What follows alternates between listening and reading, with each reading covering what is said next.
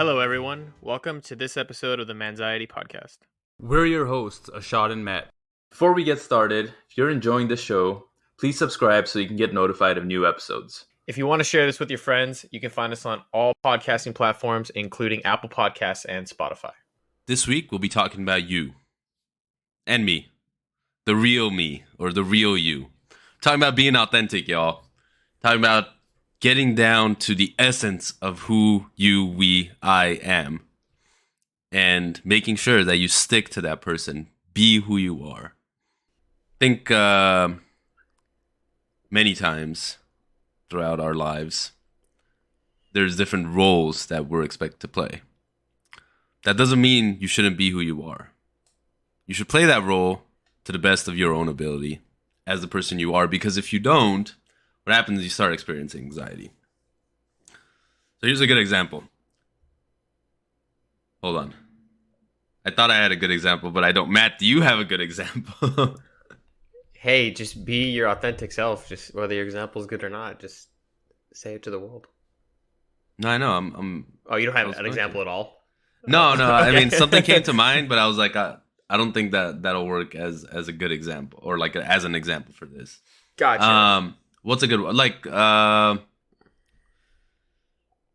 let's say you're asked. Here, I got one. You're in class, right? You're asked to present. You're asked to present something, okay? Now, to you, it probably seems like you've been chosen to present. You have to present. You have to be the best presenter in the world. You have to like walk up there and present like your, I don't know, Steve one Jobs. of the Steve Jobs. Sure, like you're Steve Jobs or something, right? Like you put this requirement on yourself, thinking that hey, I got to go up there and I got to give a presentation on the same caliber, on the same level as Steve Jobs. But see, by doing that, you just start causing yourself anxiety, right? Because that's something that you're never going to be able to reach. You're never going to be able to meet because Steve Jobs was his own person. He did things his way, and you're your own person. So what you should do is go up there and give a presentation as yourself in the best way that you know how to. Now, whether that means walking up with a turtleneck and taking out an iPad out of a yellow manila envelope, or it means walking up in shorts and a t-shirt and, showing people a video on screen, right? Like whatever it is that you are good at, that whatever is you, whatever feels right, that's what you should do. And so that's what we mean about being authentic and being yourself. Because as soon as you start trying to be someone else, as soon as you start trying to wear a turtleneck, you're going to go up there, you're going to be sweating, your neck's going to be very warm. You're probably not going to be able to talk because you've never worn a turtleneck, right? It's not you, it's someone else. I hope that was a good example, Matt. Yeah, it's pretty good. In society, we so often have to conform one way or another. And it makes sense if it's for, let's say, your job where you have to present to customers. You got to make sure that you don't, you're not saying fuck this and fuck that in the presentation, right? There's a time and a place for that type of language and that type of authenticness in that regard. However, you don't want to be a robot. So when I'm talking to my customers, I'm still me. I kind of tone down what I say a little bit. Some of the humor that I shift it a little bit, but I'm still telling jokes. I'm still talking about stuff. Sometimes it falls flat, which is hilarious. That I bomb on a Zoom call because some people are not down with the jokes. I usually lead with speaking of the robotic thing. I'll be like, oh, I just turn on my camera and like, oh, okay, that's cool. And I'm like, yeah, just to make sure I first meet them that, hey, I'm not a robot. And then I start talking in a robot voice. Like, if I start talking like this, then I'm not being me or something. And 99% of the time they laugh, right? They're like, whatever, this is funny. Okay, you're a person, right? Last week I did have somebody who didn't laugh at all. They just stood there stone-faced. And I was like, all right, this is the, you know what? I'm not going to change who I am, right? I'm still going to say this dumb joke because I like it. I don't really care. And that's kind of what it's about, right? You want to be yourself. The example that we were talking a little bit about earlier that I think came to mind is I used to do this a lot where if I'm driving in the car and somebody's like, oh, pick a song. I would literally just go to like Spotify top radio hits and play that. Because I'm like, people hear this on the radio, they have to like it, right? Instead of picking the shit that I really like, because I wanted to make sure everybody was happy. And that's okay, but if somebody's like, oh, give me your favorite song or just play whatever type of stuff, now I'm just like, dude, this is my playlist, and if you don't like it, I'm sorry. You can ask to change it, but I'm not gonna try to do something that's not me up front. Like, I'm gonna like set that expectation that I'm just gonna be me, right? And that's the approach I take with a lot of my friends. No, and that's how it should always be. me. No, that's how it should be, and I'm always me. I used to kind of try to do that as well, but recently, like, you know, if I put a song, people don't like it, right? I put a song that I like, obviously. Then I'm just like, here you go. Like, you guys decide. If you're asking me to put something, I'm gonna put something that I'm gonna enjoy. Now, if you want a song yourself, like, be my guest. Like, I don't care. I'll listen to whatever, unless I do, and I'll obviously change it or put my own song. But it's like, you're asking me to put music, again, I'm going to put something that I'm going to enjoy listening to that I like. And people, like, at first will be kind of offended, right? They're like, hey, can you put on some music? I'll put on some music. They're like, no, I want something else, blah, blah. I'm like, oh, here you go. What do you guys want to put? Like, go ahead and put it. They're like, no, like, why don't you put it? I'm like, well, like, I put something. You guys didn't like it, so it's your turn, right? Like, put something you're going to like, and now you're controlling the music. And if people complain, they come straight to you, not coming to me no more. Yeah, it's like the age-old debate of what are we going to eat? You know, somebody will go, I don't know, you pick. This happens all the time in relationships. Oh my God, it does. And then I'll go, okay, let's go to In-N-Out. You know, sorry for anybody if you're on the West Coast. But no, I don't really want any burgers, Matt. Can we go somewhere else? Sure, okay, let's go to Del Taco. Right? I don't know. Del Taco always gives me a stomach ache. Can you choose just somewhere else? I'm down for whatever, but can you just choose somewhere else? Yeah, I hate it when they're like, I'll eat whatever. And then I give them like 5 choices. And they're like, none of those work for me. And I'm like, that's not whatever. You're going to eat, like, you have a preference. And in that moment, see, what's funny about being authentic is it's actually reversed. It's the reverse perspective, because the person doesn't want to say what they want because they're afraid of almost like offending you with their choice, right? Like, if I was like, where do you want to eat a shot? And you're like, oh, dude, let's eat at In-N-Out. And I go, In-N-Out? That's dumb, dude. Whataburger is so much better than In-N-Out, you idiot. Like, that's why you don't want to make the first move, right? But you should, because then I can also do it. And, like, everybody else, like, has the choice to just be themselves and say what they want. Otherwise, if you don't communicate your fucking desires, like when we talked about with the boundaries episode, nobody's ever going to meet your expectations because you're never, like, explaining them, right? Like, you can't say whatever, and then when I give you 6 choices, you shoot it down. Because then eventually what happens is your boy drives to where I want to eat, which would be my first choice, and then we pick up something else on the way for whatever you decide, and you have a limited time between where the In-N-Out is and where my house is, and if you can't find something on the way, then I guess you're fast. You're not eating. Yeah, no, man, Andrea does that to me all the time. I'm like, so what do you want to eat today? She's like, I'm down for whatever. I'm like, all right, let's go here. She's like, no, not that. I'm like, all right, so what do you want to eat? She's like, I'm cool, whatever. I'm like, you just say you don't want that. She's like, well, anything except that. I'm like, okay, display. No, I'm like, well, I'm not choosing no more. You decide where we're eating, and I'll decide if I want to eat there or not. And this is how you just starve. Like, you haven't eaten in 15 days. You're just yeah, like how skinny. Yeah, like, oh my God, so brittle. My bones are breaking as I'm speaking. My jaw is coming loose. I'm gonna Postmate you some food right now. Please, it's on save the way. me. I need something.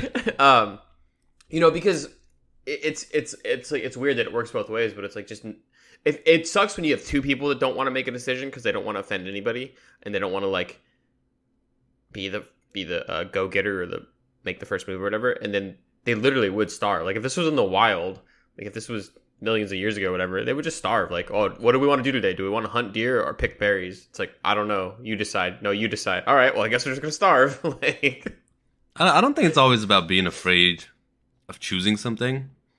Like, a lot of times, not a lot of times, but sometimes I really don't care where we eat, right? Like, I'm hungry, I just want food. mm-hmm. So that's why if someone asks me, I'm like, I don't care. Like, you decide, right? Because, like, for me, it really doesn't matter. And then we'll still run into the problem where it's like, well, I don't want to eat here and I don't want to eat there, blah blah. I'm like, just choose somewhere you do want to eat. Like, I'm cool with whatever you want. Yeah, I but usually what we started doing recently, actually, it's gone a little bit better recently because like I think we found the place we like, so we just choose those places. But what we were doing at one point was, I think I was choosing my top 3, and then like she would choose her top 2 out of those, and I would have to choose one out of those 2, or something along those lines, right? Where like we just narrow it down until we're left with just one. Yeah, it's like the Bachelor or the Bachelorette of food choices. Pretty much. But yeah, I think that's be authentic when you're choosing food. I think that's the message there. Or you're gonna have some anxiety because you're gonna go somewhere you don't want to go to eat. But yeah, I don't think that's the only place, right? Like the only instance where being yourself matters, right? Like if you think about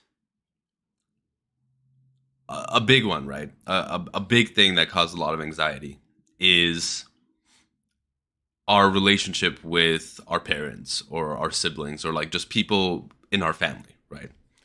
And I think a lot of time the reason why it caused so much anxiety in our lives is because our parents or like our family have an expectation of who they want us to be or who they think we are, right?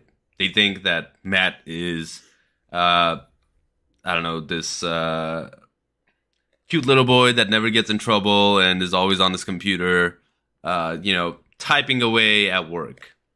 When in reality, Matt is this badass that goes out to biker bars all the time and picks up chicks on his Harley.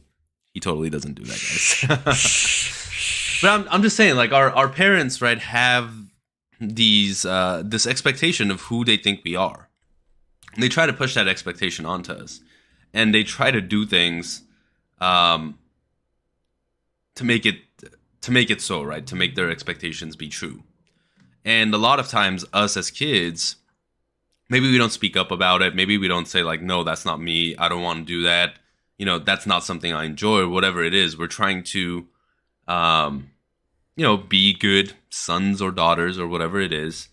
And we're trying to say whatever, it's our parents, we'll go along with it or let them believe what they believe or whatever it is. And we get into a lot of trouble this way for us, right? A lot of mental health trouble. Because then something happens and you're you get mad or your parents get mad and like there's a big misunderstanding and your parents are like, well, I thought you were at home all the time. Why did you go and crash your car? And you're like, well, like this is who I am. I go out, or why did you crash your motorcycle? What the hell? You're like, well, this is who I am. I love riding motorcycles. Like this is my life. Your parents are like, no, your life is in front of a computer. And then you're just, you get into all this mental health trouble where it's like, well, like, should I tell my parents? Like, then they're going to worry, then they're going to do this. And then, like, you start getting into your head with all these thoughts. You start hurting yourself. Whereas from the get-go, if you had said, hey, like, this is me, this is what I like to do. Yeah, your parents might not like it, but at least they would know the true you, understand it a little bit more. Or even if they don't understand it, at least accept it. Yeah, it's kind of the same way when you rip off a Band-Aid, right? If you rip it off quickly, it stings, you move on. But if you rip it off slowly, it's that slow burn. I think for a lot of stuff, when people have an expectation of you, it's better sometimes to just be like, that's not what's going on, or that's not who I am anymore, or whatever. Especially with parents, it can be tough because they obviously will kind of see you as their kid forever.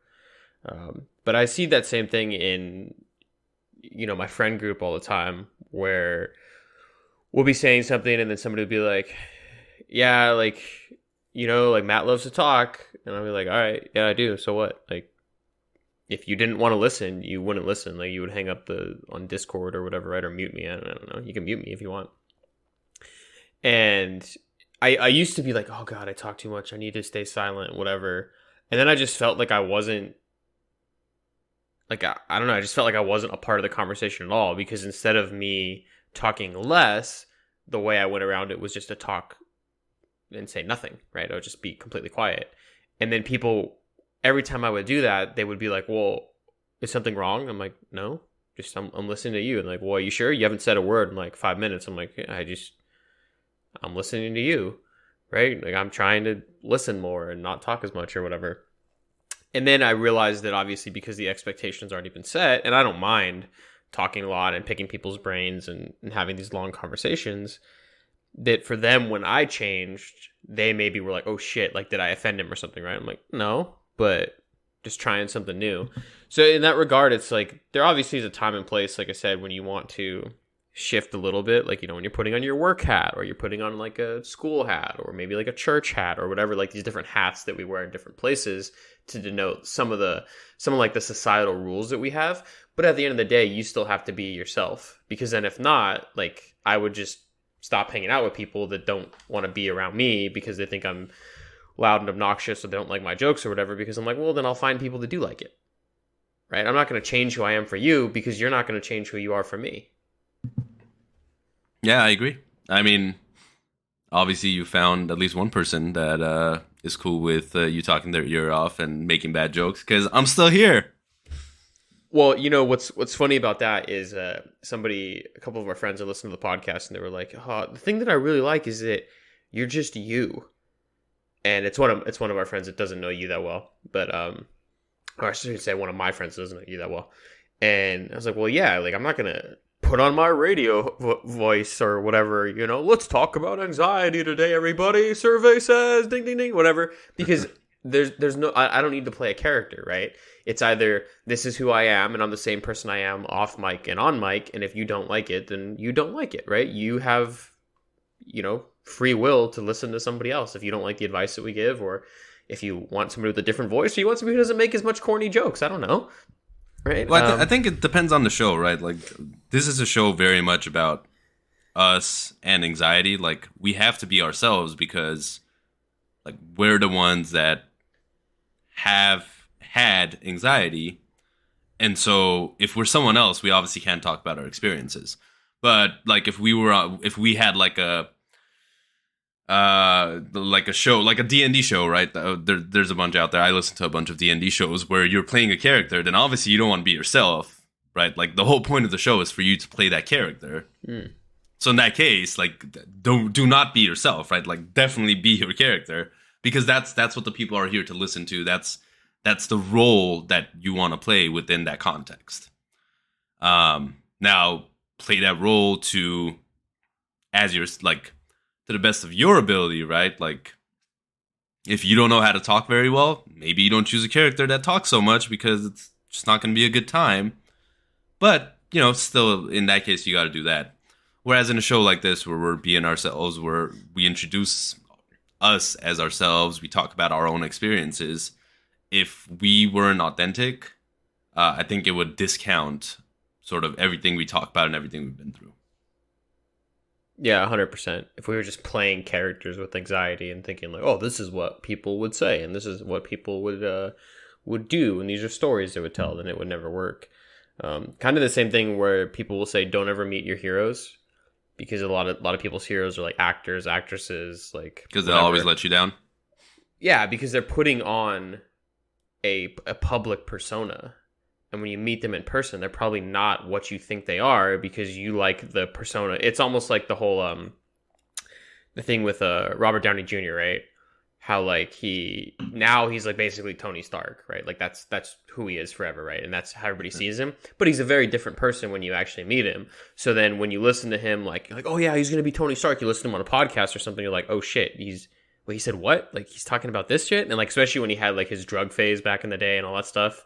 And you're like, oh wow, like he's not the person I thought he was. Oh my god, it's almost like you're in shock because of it, because you've built up that expectation that he's the same character that he plays, but that's just a character. So same thing with your D&D point, right? When you're playing a character, you have full liberty to go into that character and be that character, right? And do that thing, because then you're being authentically, you're acting authentically, I guess, or whatever, right?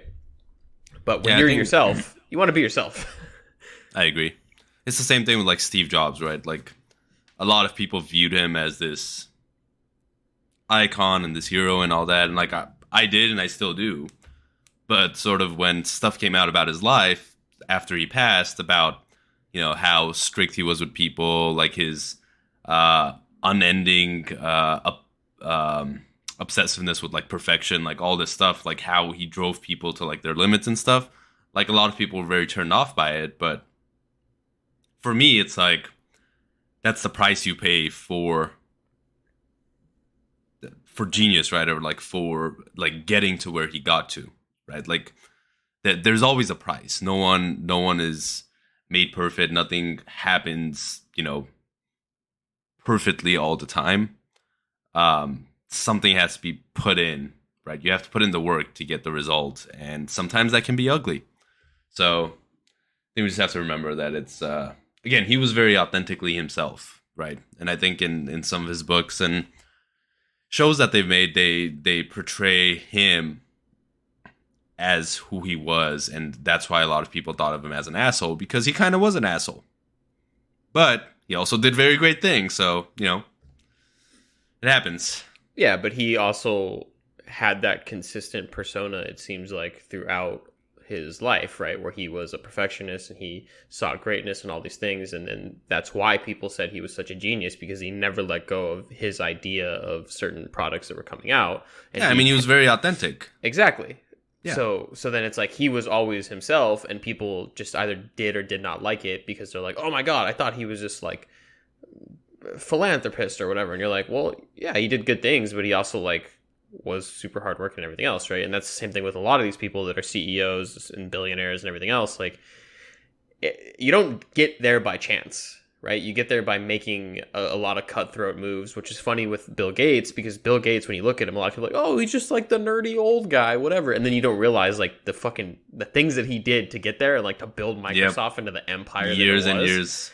Like, you know, some of the early stories about him like selling the software, and it wasn't like him versus, was it him versus Jobs, or him versus somebody about like open source? No, it was him versus Jobs. It was like open source, and they basically like took the source code and then they copyrighted it, and then they were like, yeah, this is DOS, and it was like, what? Because, you know, it's like back then people were just sharing ideas freely and nobody had them patented, and then he's like, well, I'm gonna just, this is now my idea, I'm taking it, right? You know, so yeah, there's this Armenian millionaire billionaire, Kurt Krikorian. Might have heard of him. He owned like the MGM. He's owned a lot of stuff. I think he passed away a couple of years ago. Let me see, Kurt Krikorian. He did pass away in 2015. But anyway, he built a whole bunch of like the Las Vegas Strip. Like he had all this other stuff, just a bunch of stuff. He has this book, which I have not read, but my uncle has, and I think my cousin. And there's a quote in there that that they shared, which I thought was pretty funny, because he was a multimillionaire or billionaire, whatever he was. I don't remember, but anyway, he always apparently said, "Don't ask me how I made my first $1 million," because he's like, "Because I won't tell you." Okay. So it's like. That's what I'm saying, right? It's like, you know, people always, you got to do something to get there, right? It's not always pretty. And for him, he was just like, hey, my first $1 million, whatever I did, but I got there. After that, I'll tell you exactly how I built the rest of my empire. Oh, okay, interesting. Yeah. Well, if I ever show up with like $10 million worth of stolen diamonds, don't ask me how I made my first 10 mil. I won't. Don't even worry. I'll just ask for half of it. Half? What? Hey, I got to keep your secret, don't I? I guess. That's just because the show I was watching, they try to steal $10 million in diamonds, so that's why it's fresh in my mind. Nice. What show? Banshee. Have you seen Money Heist? I think I've seen the first season. I just started watching it. It's pretty good. It's the one that's in Spanish, right? Yep. Yeah, it was funny because when I first started watching it, I watched it a while ago on Netflix, and I was on my phone like I normally am because I'm just being distracted. And I looked up, and I'm like, wait, it's not synced up because it's a dub. I was like, why is it off? Like, what the fuck? So I like kept like trying to like resync my TV. Oh, you're listening to the dub. Yeah, so like it you weren't reading the subtitles. No, so it defaulted to the dub. Right? Gotcha. So I was watching it with the dub, and I didn't realize that it was dubbed. because it was just something on Netflix. Like, oh, watch Money Heist. So, okay, cool. Let me put this on. And then I'm like, wait, it's not synced. So then I, was like, this is stupid. So I like restarted the TV. I was like checking my internet. I was like, everything else is synced up. Like, what the hell? Why is it this one title? And I Googled. I'm like, why is Money Heist not synced? And then it's like Money Heist dub. And I was like, oh, you idiot. Like, nobody told me that that's the way it was. So then I had to, I switched it over so I could just read the subtitles. Nice. But yeah, going back to being authentic. And I think, again, you have to realize what you like, what you don't like, and, just be yourself regardless of what other people think. When a lot of people meet me, I don't think they picture a gamer who enjoys board games and plays D&D, like this, nerdy guy, right? But whatever. I mean, that's what I talk about. That's what I enjoy doing. That's what I like. And, I'm not shy about talking about those things. And I've gotten a lot of my friends into, trying out D&D or playing board games or, playing video games or whatever it is. So, as long as yourself, you'll find people that, enjoy the same things, want to do it too, and you'll have a better time. And, your other friends might, if you have something that you enjoy doing, if you have a hobby or something, and you introduce them to it, they might enjoy it too. So it can be a new experience for them as well. I think it's just very important to, don't try to hide parts of who you are because you don't think people will like it. Because the right people, the people that are going to be there for you, are going to like all parts of you. Yeah. Otherwise, they eventually leave. Yeah, because eventually, right, like whoever you are, that's going to come out. You're going to, you're going to go to a bar one day, there's going to be some board games, assuming that I hadn't told people that I enjoy board games, and I'm going to go up and say, hey, you're playing, that you're doing that wrong. That's not in the rules. And my friend's going to go like, how do you know this? And then they're going to find out about this, and they're going to go like, oh my God, are you a board game nerd? I'm going to say yes, and they're just going to leave me forever, right? That you don't want that to happen. You want them to know. So as soon as you walk in to that bar and you walk up, they know exactly what you're doing. They know you're going up there to correct the rules for someone playing the game. Okay. All right. And they're going to be right there next to you. That's good to know that you're that afraid to tell people you like board games. You're over here. No. What I'm saying is I do tell people. Like if I didn't, then that might happen. Yeah. No. Everyone around me knows that I enjoy board games. That's not even a thing. I would say that it's also super important to be yourself and to be very authentic in relationships, because how many times have you done something, especially like early on in dating, that you don't want to do, but then you kind of like have to do that thing over and over again? Like if I'm like, hey, let's go to see a comedy show, and they're like, I love comedy. And then we go to a comedy show. I'm like, I have a great time. They're kind of like, that's fucking, I don't want to be here, right? And then I'm like, hey, guess what we're doing for the next date? I got another comedy show, right? Eventually, it's like because you gave positive feedback, we're gonna keep doing that thing, right? I'm assuming that you like it, type of stuff. So it's like you have to. I mean, it's good to try new things. Don't get me wrong, but like if you don't like something, like you kind of want to say that, right? If I'm like, hey, let's go to In-N-Out, and you're like, absolutely not. I hate In-N-Out. It's like, all right, okay, well, now I know not to go to In-N-Out with you, right? Yeah, but or in that case, maybe they go to the comedy show, but they're not so excited. Maybe they're like, hey, I'm down for a comedy show. And then you guys go. If they don't enjoy it, they're like, hey, like, it was cool. Not really my thing, though. That way next time not to worry about comedy shows. Yeah, and it's like that, I think, overall with dating as well. Just like if you're not feeling it, you can just be like, yeah, this isn't really working out. Isn't really happening for me. Like, type of thing. And when you're just very forward, people always assume you're gonna be like, oh my God, they're gonna be heartbroken and I'm gonna be mean or whatever.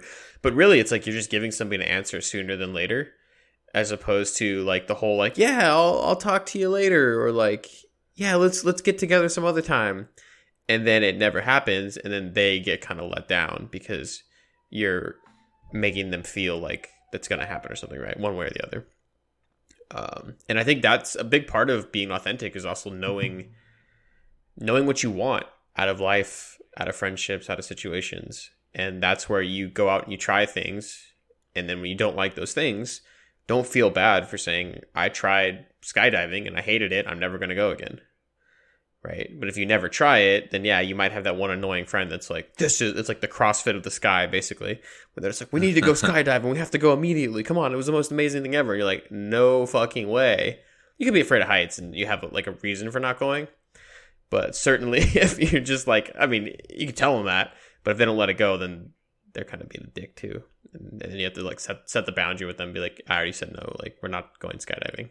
You know, so they don't like surprise you for your next birthday. Like they kidnap you. You're fucking like, oh my God, what's happening? All of a sudden you're in a plane. And then they're like, we're jumping out of the plane. Good luck. No, but that's a good point too, Matt. It's not just about being authentic about who you are, but also authentic about the feedback you give, right? Like just being truthful about what you say, what you do. I think that's all very important too, because again, in that case, if someone asks you if you like something, if you lie to them because you want them to like you or you want to fit in, you know, you're going to be hurting yourself. You're going to be going and doing something that you're not actually enjoying. Maybe you enjoy being with that person, but if you're not enjoying doing whatever it is, I mean, it might not be worth it, right? In some cases, yes. Like if I really, really love doing something and my wife doesn't, but you know, out of love and respect for me, she wants to go and do it, or vice versa. She really enjoys doing something that I don't, and I go and do it with her because she likes having me there. That's one thing. She knows, like I've told her I don't like it, or she's told me, but she's like, hey, I'll go and do it because I don't want you to go alone. That's love, right? Or whatever. That's relationships or whatever you want to call it. But lying about it, about not actually enjoying it just because you want to fit in, it's going to come bite you in the ass one day. And it's just going to cause you, you know, it's just going to cause you anxiety for no reason. When you could have just, you know, been honest about it, whatever it was, you know, people would have realized it and that would have been it. You guys could have found something else that you enjoy doing. Or maybe if you didn't fit in with that group, they enjoy doing stuff that you don't, then maybe you don't belong there. You know, you shouldn't do something just because you want to feel like you belong. Like you'll find the people you belong with by just being yourself, because trust me, with all the people in this world, there are at least other people out there who enjoy the same things you do, who like doing the same things you do. So you'll find people. Don't worry. Plenty of fish in the sea. Yeah, and the sooner that I think you can tell people when you don't want to do something, the sooner it is for them. Like I've had friends that are like, oh, let's go on this, like, let's go camping or something. I was like, dude, I do not want to go camping. I used to go camping a ton when I was a kid. Like I'm too old now. My back hurts if I don't have my fucking fancy ass, you know, mattress and all this stuff. It's just, I don't want to do it. And if you just tell them like, hey, I just don't want to go, they're like, okay. Most of the time, they're not going to hate you for whatever, right? And it's the same thing with a lot of anxiety stuff. Nope, I hate Matt. I've asked him to go camping so many times, and he always turns me down. I just feel like we can't be friends anymore because he doesn't enjoy camping and I do. Then I guess you were never meant for me, and that's okay. I'm just kidding. No, but Matt has told me that he doesn't enjoy it, so I just don't ask him anymore. I mean, it's as simple as that. There's other things we enjoy doing together, like playing video games and him attempting to choke me out in Brazilian Jiu-Jitsu and failing. But, you know, there are also things that we don't enjoy doing together. So that's just how it is. That's how relationships are. Yeah, and that's like, you're not going to fit 100% with one person, right? If you get pretty close, that's amazing, right? And you're probably going to marry them and live to be married for like 80 years or something. But for most people, like, you do different things with different groups because different groups have different tastes in what they want to do. And especially with like the anxiety side of it, right? A lot of times I think people will say they want to go to things because they don't want to let the person down when they ask them, right? Especially with like COVID stuff right now. Like, hey, do you want to go on this? You want to come to like the Super Bowl party? Even though we're in the middle of, I guess, just started the season. And if you're like, yeah, cool, I'll be there. Because in the moment you're like, yeah, it'd be fun to go, or whatever, right? And maybe if you have social anxiety, or you just like have anxiety about whatever is going to help you get there, right? You feel like, oh, I don't like driving on the freeway, or I don't want to do this, or like maybe some time anxiety stuff, right? And when it comes down to the day, now you feel like the asshole if you have to cancel, right? But if you say, but you shouldn't. right, if you just say like, hey, I'm not feeling well, like, or whatever, right? Because people do miss things too. Like I missed text messages. Someone's like, oh shit, I didn't even realize I was supposed to do that. It may actually be related to ADHD too. We'll talk about that another time. But it's like if you just had told them up front, and that's like when you asked me about camping. One time I was like, yeah, like maybe I'll go, and then like I remember you checked it and be like, oh, it's gonna be like this week, and I was like, nah, no. I don't really like camping. Like, and I was kind of thinking about like, well, Lashot wants me to go. Like, I could go to see him and hang out with him. But then I was like, am I really gonna like enjoy it outside of that? And like, I don't want to be the downer and whatever, right? And then that's when it was easier to just say, nah, I just really don't want to go camping. And you're like, okay, cool. We'll find something else to do, right? You weren't like actually upset at me, I don't think, right? You're like, this fucking asshole, whatever, because you had an answer. And that's the thing, like the anxiety is the worry about the future, and there's just no definite, right? Our brains get into what if mode, and we're thinking about a million things all the time. And what if this happens? What if Rashad hates me? What if he's never going to be my friend again because I didn't go to this place with him, whatever. But if you just say, hey, I don't want to do that thing, I don't want to go there, and you really are like your authentic self, not only did you take a step forward in being like standing up for yourself, but then your friends are also like, okay, cool, no problem. Because the worst thing you could do with somebody is like string them on over and over and over again, right? Where you're like, hey, so you said you're going to go camping, right? Yeah, I'm still thinking about it. Okay, well, we're figuring out the food situation and the rides and everything else. And then like a day before, you're like, hey, I really need to know, because like I'm going to go rent, a bus or I don't know, like a passenger van or something, right? Where are we going to get 12 seats? Or are we getting 13 seats? And you're like, all right, I'm going to pay extra for this, or especially with like Airbnb stuff, like people do it, right, and they split it based on how many people actually show up. So like my friends do this all the time in the past pre-COVID, where they're like, oh, we're inviting 10 people. If all 10 people go, it's, let's say $50 a person. And you're like, okay, cool. So it happened a ton with like snowboarding trips where people would bail last minute. So like 10 people were ready to go, and then they're like, day of, 4 people show up. And then the cabin becomes, double the price. The food and everything was already bought, but it's like all of a sudden your expectation is like you're spending more money because people bailed. But if they just told you up front, hey, I'm not going to go, or maybe I'm really like a hard maybe, like I'm not dead set on it, then you don't have to do that. Because some of my friends are like, bro, I'm going to start collecting deposits when people fucking say they're coming to Airbnbs. And I was like, it's that bad? He's like, these assholes cancel all the time. So now they're looking at their friends as like people that they're just going to cancel all the time. And then they don't invite them, not because they know they don't want to come, but because the expectation is that they're going to bail anyways. So they're like, I'm just not going to hang out with them. And then that...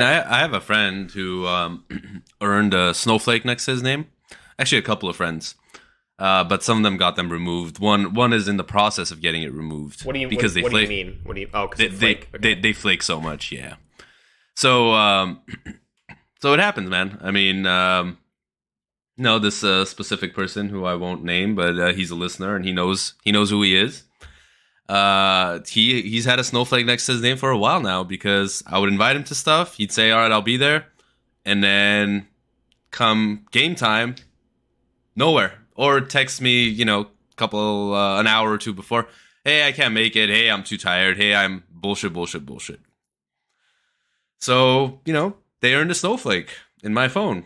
And even though I didn't stop inviting them to things, at least most things, I already knew, right? Like I pre-planned when I invited them, I knew they weren't going to come. So if I was getting a 10 cabin house, he would be the 11th person I invited, knowing that he's not going to show up. He's sleeping on the floor if he shows up. Exactly. Now, but I did tell him there is a way out, right? There is a way to get the snowflake removed. If we make 3 plans consecutively and you don't bail on any of them, then I will take out the snowflake.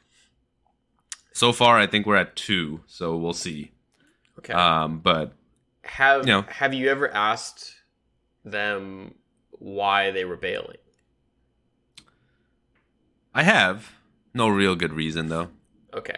Because I know sometimes, like, as somebody who's bailed on stuff last minute, it could be that, like, this just that day is super overwhelming from, like, anxiety, and you're just like, I can't say the real reason, which is, like, I couldn't force myself to get in the car and drive somewhere that day, right? Right. No, I understand, something happening once or twice. This is consecutive bailing that Gotcha. earns you this. Gotcha. So just so you know, if you ever happen to see a snowflake next to your name in my phone, which there isn't one now, but if you ever happen to see one, it's because you flaked on me enough that you've earned that. Do you have like a system when they bail once? Is it like a laughing emoji or something? And you're like, all right, that's the one time bail. 2 times is a different emoji. 3rd time is a snowflake. Is it like a process? Or No. This is something, and my memory isn't that great to begin with. But if I remember that you've been that you've been bailing consistently, like you're getting that snowflake. That's not the only thing though. I also have a rocket taking off for a certain someone, someone's contact card as well. What's the rocket? They're always down. Okay. This person is always ready to take off. Like I can call them anytime for anything, and they'll be down. And they've earned that too. That one's taking a lot longer, but this is someone that I can literally just pick up the phone and say, "Hey, let's go do this." Tell me, he'll be there before I am. This is do you have other emojis? This is fascinating. No, I just have those two. Just the 2? Okay. Yeah, the rocket is recent, actually. I only got the rocket about a month ago, maybe. The snowflake's been around for years, though. Interesting. Different people, though. Yeah, Sorry, yeah, the snowflake yeah. hasn't been the same person, yeah. Right. It used to be another friend we had that kind of stopped flaking, so got it removed, but it moves around. That's like pretty interesting because if you had searched by, let's say you searched by the snowflake emoji, you'd see all the people that like had been flaking recently. So when you're gonna send like a group text, like, all right, these people aren't coming. You know what I mean? It's almost like putting like tags on your friends, like in terms of like pretty much like business process tags or like company tags, where it's like this person's down, this person's not, this person's this person has like shellfish allergies. So that's I should put a nose next to yours to know not to invite you to anything that involves smelling. I'm gonna smack Might be a good you. idea. I'm gonna smack you. Smack you so fucking hard. I was talking to somebody yesterday, and I was like, they're like, oh, they introduced me to their friend, and they're like, yeah, he can't smell. And then they were like, oh, because of COVID. I was like, nope, I was born with it. Pre-COVID, I'm one of the OGs. I'm not this new age shit. Hilarious. So, yeah, I don't know. I thought that's why you put a nose to remember when you text me shit like, hey, bro, does it smell over here? Or on fucking whatever when you bring that stuff up. And then I'm very sensitive about it, that you would know no, not you're to. not. No, but it's more funny when I get mad. It is funny. Cut that. Thank you all for listening. Stay safe, stay healthy, be authentic, be authentically you. And we'll talk to you guys on Thursday.